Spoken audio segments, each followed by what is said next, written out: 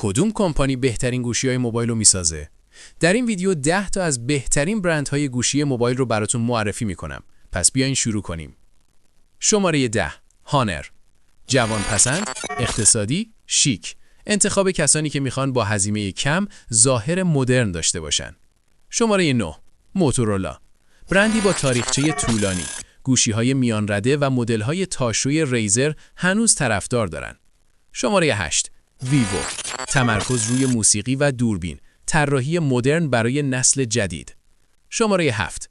اوپو. نوآوری در شارژ فوق سریع و طراحی‌های خاص.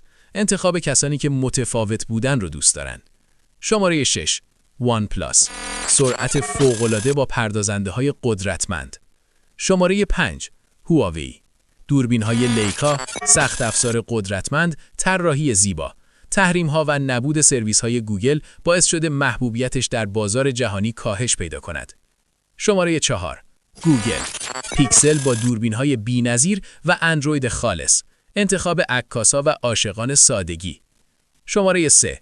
شیائومی. ارزش خرید بالا، سخت افزار قدرتمند، نوآوری در شارژ سریع، پرچمدار اقتصادی بازار. شماره 2. سامسونگ. نمایشگرهای فوق‌العاده، تنوع بی‌نظیر، نوآوری در گوشی‌های تاشو. شماره 1. اپل.